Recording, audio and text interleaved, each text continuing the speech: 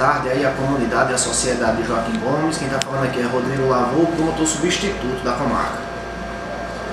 É uma ação civil pública em que o Ministério Público ele busca uma reforma de duas escolas públicas aqui da cidade, que nos foi trazido situações caóticas que colocam inclusive em risco a vida de todas aquelas crianças que estão estudando ali.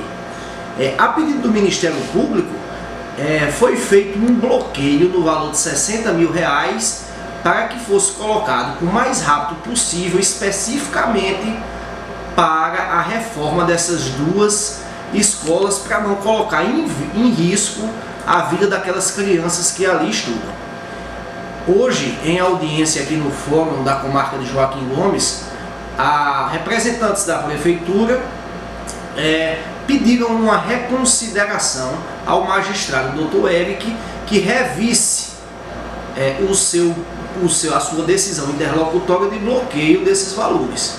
Em audiência, o Ministério Público pugnou pela manutenção da decisão, que foi acatada pela excelência Dr. Eric Baratio, e continua bloqueado os valores de R$60 mil que vai ser colocado em prol desses dois colégios.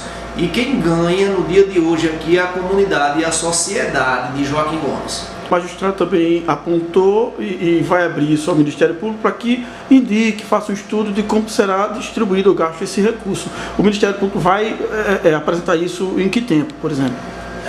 O magistrado me ofertou o prazo legal de 30 dias. Mas eu, como representante do Ministério Público, devo oferecer isso antes. Lógico que esse plano vai ser escutado algumas organizações civis aqui do município, para que seja alocado da melhor forma possível esses valores, para que quem ganhe é a sociedade e que seja bem aplicado. Esse realmente é o objetivo do Ministério Público, para que a sociedade é quem saia vencedora desse pleito. Muito obrigado, doutor. Uma boa tarde a todos. Aqui também com o Dr. Jorge, ele que é advogado do sindicato. Doutor, foi feito aí uma audiência de conciliação, a gente percebeu que não houve acordo. O processo vai continuar e aí o juiz nega um pedido da prefeitura, do município. Como é que o sindicato faz uma avaliação sobre essa decisão interlocutora? Na verdade, o doutor Eric, ele é muito prudente, ele utilizou, óbvio, princípios constitucionais, em primeiro lugar, para que haja uma proteção da criança, porque ele utilizou de maneira muito racional e que manteve a decisão dele. Esse era o sentido do sindicato. A gente, como sempre, atuando, fazendo às vezes, muita ocorrência já ocorreu, que a gente faz às vezes no Ministério Público. A gente também busca sempre o melhor para as crianças. Essas escolas estão quase caindo e o município sempre tenta ludibriar o munícipe. Na verdade, tenta sempre colocar essa verba do Fundeb como se fosse a salvação do município. Na verdade, a gente sabe que o município recebe as verbas mensalmente. Recebe verba do Fundeb, tem que destinar parte do FPM para a educação e nada disso faz. Na verdade, a gente pediu a manutenção, assim o fez, o magistrado, com muita cautela. E o que a gente vai querer é que esses R$60 mil que foi bloqueado seja realmente utilizado para a reforma. E na verdade não só isso. O sindicato vai buscar, mais adiante vocês terão novidades quanto a outras atuações por parte do sindicato. Aqui também com o vereador Edinaldo. Edinaldo, está aí, a decisão do juiz foi pela manutenção do bloqueio, inclusive oferecendo ao Ministério Público um prazo para que ele apresente um plano de ação para que seja aplicado nessas escolas. Realmente a precariedade existe, mas a gente viu aqui a Câmara defendendo que houvesse a reconsideração para que o dinheiro fosse liberado. Explica para a gente qual foi o seu argumento junto ao juiz. A Câmara de Vereadores, representada por mim, que foi indicado como amigo escuro da Corte, se inclinou a acompanhar o pedido do município, uma vez que trata-se de um município inviável, que vive só de recursos repassados do governo federal e estadual. Não, os recursos próprios são poucos para gerir o município. E esse bloqueio de verba só prejudica mais o município, uma vez que já tem o TAC aí do município junto com o Ministério Público Federal, que foi protocolada na Justiça Federal, pendente de homologação, logo mais que for homologado e o recurso liberado, esse dinheiro será aplicado não somente nas escolas específicas da Ação Civil Pública, que é a São José e a Rainha da Paz, mas também em todas as escolas do município, inclusive com a construção de uma nova escola que vai ser feita nos terrenos assim que for feita a desapropriação. Você, vereador, usou um termo aqui também, lá na audiência, de que o Poder Legislativo se inclinou ao município nesse sentido. Isso não seria um clima um pouco controverso, vai gerar aí um mal-estar na sociedade, já que a Câmara deveria, ao invés disso, vamos dizer assim, cobrar que fosse efetivamente feita a reforma? A Câmara de Vereadores não só exige que o prefeito faça a devida reforma, mas não nesse sentido, porque a reforma agora, feitas que com o dinheiro que foi bloqueado, se forem feitas, vai se tornar inviável. Por quê? Porque vai se tornar um gasto em dobro. Assim que for feita a devida reforma básica de urgência nas devidas escolas, logo mais que o dinheiro do Fundeb for liberado, o prefeito vai fazer uma reforma geral. Então, os 60 mil vai se tornar inviável em relação à reforma maior que vai ser feita nas escolas. Ok, vereador. O juiz foi bastante coerente, né? Bastante prudente na sua decisão. E assim, foi negado o pedido do município que pediu para desbloquear os 60 mil reais.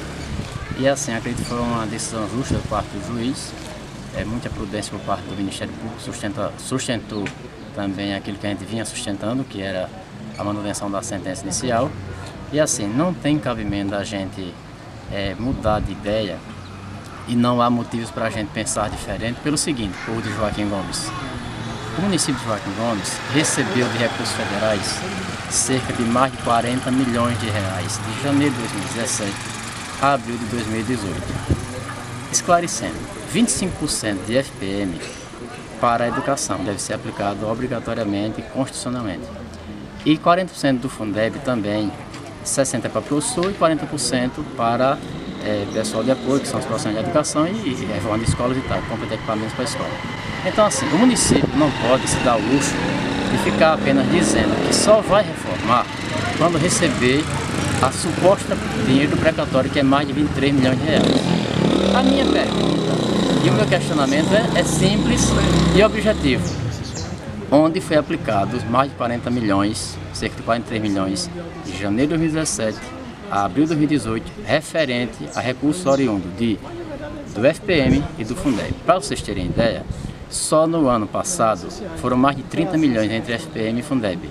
E este ano já soma-se mais de 11 milhões de FPM e Fundeb. Então, como pai de aluno, vendo a situação degradante daquelas crianças, uma escola com uma condição físico-estrutural muito precária, o município recentemente, depois daquela matéria que você postou, que o município tinha reiniciado as aulas nas mesmas condições precárias, passou por lá e fez umas paliativos, muito paliativos mesmo.